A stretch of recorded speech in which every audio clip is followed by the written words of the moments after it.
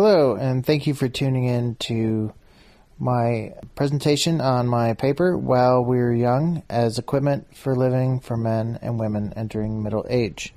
My name is Daniel Bader.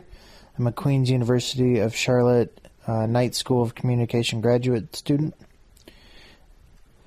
While We're Young was produced in 2015, directed and produced by Noah Baumbach, and according to IMDb, it is a middle-aged couple's career and marriage are overturned when a disarming young couple enters their lives. So my thesis is that this movie is equipment for living and that it's for people in middle age. So the first part of that thesis, movies as equipment for living, I examined several papers to talk about what constitutes equipment for living based on Kenneth Burke's understanding.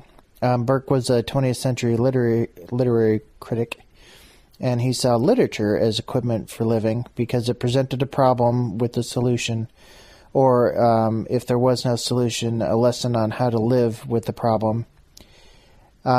Stephen Young, among others, took that thought one step further as looking at movies as equipment for living.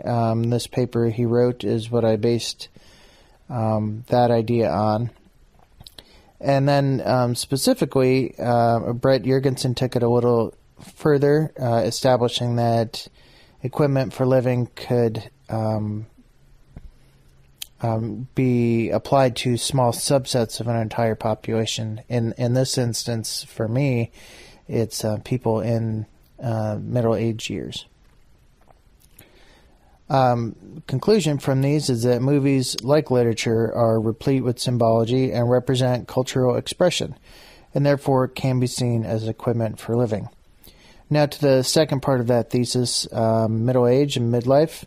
I examined a book called The Handbook of Midlife Development and scholarly articles, these two here, and what I conclude from those is that there is a period identified as middle-aged. It tends to be between the ages of 40 and 50. It's identified as a shift in perspective from your life from your birth till now, and once you hit that age, you start thinking of your life from now till your death. Midlife crisis isn't always present. It's some considered a myth, but this time of life is a period when you compare where you thought you would be in time to what your expectations were, and understand that you have time to change it and live up to your own expectations. So, testing that hypothesis. I propose that we could invite 50 people between the ages of 40 and 50 and 50 people between the ages of 50 and 60.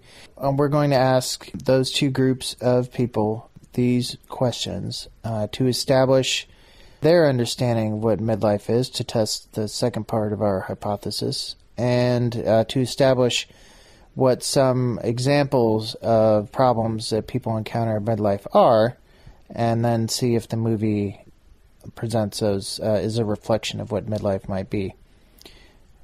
And then after the movie, we would ask some of the same things about that film to see if they agreed with the thesis that I put forward. And what I expect them to find was that midlife does conform with the literature. That's what I think the answers would say. And that the movie is an example of people in midlife, and that lessons could be learned from the movie about living in that season, or said another way, that movie is equipment for living with people in middle age.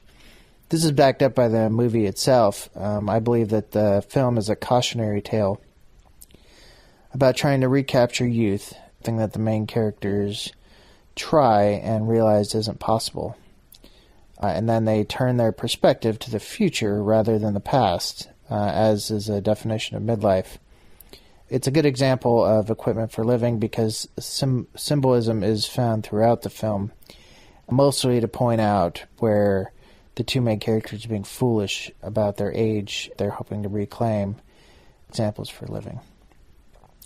Conclusion that the film provides a humorous but realistic set of problems faced by those in midlife, and that Baumbach also provides equipment for living for audiences confronted by those problems and instruction on how to overcome them and continue to mature and lead a positive life.